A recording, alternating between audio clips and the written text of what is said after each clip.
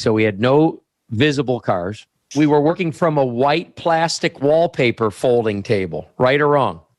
True. 3 of us sharing a single 10-inch, 11-inch, 12-inch little Sony laptop. Our CRM was Outlook. And the reason that we used Outlook was you could search by keyword. You could put notes in it. So if you took in a black Turbo R trade-in, and you say, oh gosh, who was looking for one of those? Geez, I remember the guy carrying the poodle the other day. So I could search by Turbo R or search by poodle or some other keyword. So you were man number 4. So here's what I don't understand, because the table was against the wall the long way. The computer was at the end. We had one of us on each side and one of us at the end. Where were you sitting? I was squeezed into the smallest spot on the desk on a corner. So every time I'd even try to scoot my chair in, I get stabbed in the gut. So this is how you really know you made it in the car business, when you made it to the storeroom, to the wallpaper table. That's exactly what I felt. In the morning, there would be 200 or 300 or 400 reminders of people to call that would pop up in Outlook. And we'd hit print and print them all, because we're all sharing the one laptop, and pass them out, call the customer, leave a message, talk to them, whatever we did, write a note on the paper. And then whenever the computer wasn't being used, someone could then enter their notes from their handwritten notes.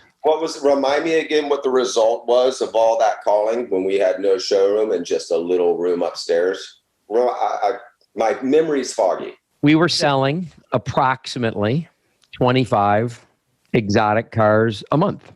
Remind me what was going on with the amount of pre-owned Bentleys and Rolls Royces. In that 25 were the pre-owned. Where were we ranked in pre-owned Bentley sales? All right, I'm supposed to be, this is my interview. I know you won't talk about yourself, so I'm adding to it. In certified pre-owned, we were number 1 in crew-built Bentley and Rolls Royce, United States. I knew it was something like that. I had a hard time remembering. I was especially proud of that because we were in a city that nobody drove them.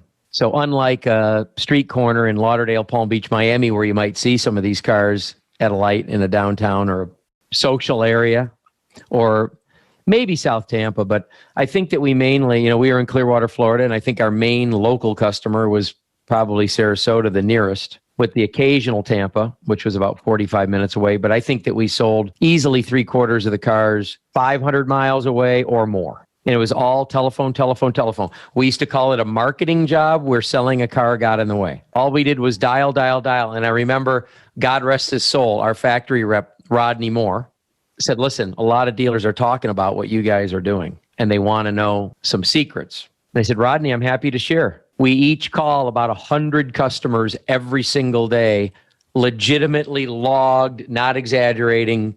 The average number of dials was 500 a week per person. And we typically use Saturday because we could actually wait on some real customers if that didn't happen on a weekday. So he came back to me and he says, I shared with the other dealers what you're doing. And he said they didn't want to know that. They just wanted to know if you had some secret advertising program or a postcard. Yeah, it's just on working hard. They didn't want to hear that.